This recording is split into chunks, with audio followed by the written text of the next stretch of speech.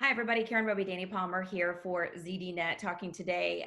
No surprise. Unfortunately, criminals are trying to now take advantage of people using Zoom, as so many more people are working from home now, trying to stay connected to loved ones, Danny, and they're turning to sites like Zoom in order to facilitate these conversations that we need to be having, not only for professional reasons, but for personal reasons as well. Talk a little bit about what's happening as far as what the criminals are doing, and then we'll take it from there. Well, as you say, the Zoom has really taken off in the last month or so because of this situation around the world where people can't socialize or go to work in person. This video conferencing platform has become sort of the main thing people are using to communicate with each other.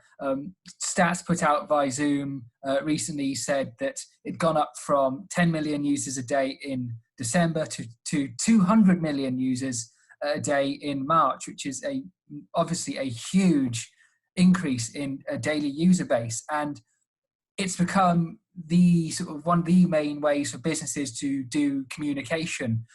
And because of that, cyber criminals are looking to take advantage. I mean, one of the key things that's going on here is that cyber criminals are setting up fake websites designed to look like Zoom, because it's so popular now. A lot of people can be looking to install it.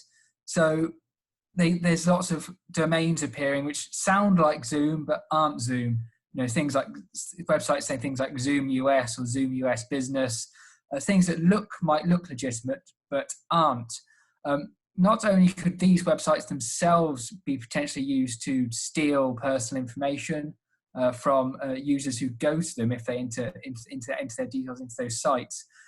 There's also it's also an avenue for phishing attacks now, because with so many people using Zoom to facilitate meetings, like we are now, it's being used and abused by cyber criminals.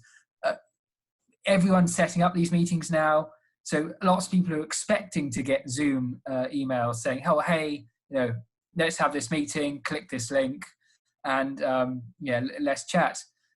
Well, there's cyber criminals have seen this and are going, right, we can use some of these fake sites, which apparently 2,000 have been set up in the last month alone of these fake sites, at least. And they're going, okay, click through to here, then the people enter their legitimate login details, be it for Zoom or another platform, and then those go into the hands of the cyber criminals, which can then use those login credentials to perform other attacks, potentially against other people in that corporate network, because it's possibly likely that people are reusing the same passwords for their Zoom account as their general account. So if criminals can get hold of that, it's going to be very useful for them for helping to conduct other forms of attacks, be it more phishing, installing malware, stealing money, anything you can think of in terms of cybercrime.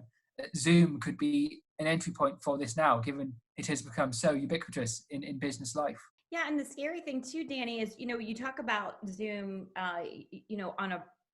for personal use. There's a lot of people using this that are, older people. My parents just got on Zoom yesterday, and walking them through the process of getting them set up on it was quite funny, actually. And they loved it because now we can stay connected. And there's a lot of people connecting to grandkids and things like that now through Zoom, and they may not be most tech savvy people. So using the same password as they have for their bank account or whatever it may be. So that's the scary part too, is that, we've got, it's across every section of people, from the tech savvy to the not, who are using this and can fall victim. So what do we do? Like many things online, there's simple things you can do to help stay protected against cyber criminals or any other people looking to do bad things with Zoom. One of the simplest things you can do is put a password on any meetings you have. So that means that no, people can't access it without knowing the password. I mean, we've seen cases of something called Zoom bombing has taken off in the last few weeks, where because people are using Zoom and having public chats without passwords, people are just sort of entering random numbers in to seeing what they can find, and because they're trolls, they're not really exactly doing very nice things. They're sort of sending insults, pornography, violent films to whoever's using this service. And as you say, in some cases, it's grandparents, it's school kids, people who really would rather not have that sort of thing shown to them. Another thing which you can do to stay safe is, as a precaution, do not share your Zoom ID for your meetings. So in a public sphere, it's okay for you to send it to your friends via direct message or an email, but it might not be an idea to share it in a public space, because those people can get access to it in that way. Here in the UK, recently, the Prime Minister Boris Johnson shared a cabinet meeting that was held by Zoom, where the URL was there in the screenshot. And I suspect it's likely that people are trying to crack that password now. So it's a good idea not to share that if you can. And in terms of staying safe online as well, I mean, just be careful about what you're clicking on. I mean, of course, with things how they are, we're all connecting with people we might not usually connect with in a video conference. But I guess the point here is just be sure that the person you think is sending you that email is that person. I mean, it might be a case of sending them a text message or a WhatsApp message going, "Hey, was this you? Just sent me this link." Because with the uptick in this being used as means of communication, there's a lot of potential for cyber attackers to use it for phishing, which they can do and are doing and are going to continue to do so as long as this events in the world continue as they are right now.